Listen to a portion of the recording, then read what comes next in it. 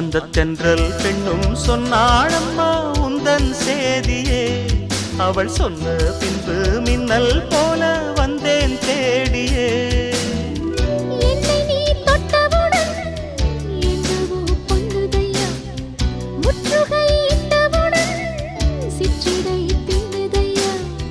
வெட்கம் விடுமோ அச்சம் விடுமோ தக்க துணைதான்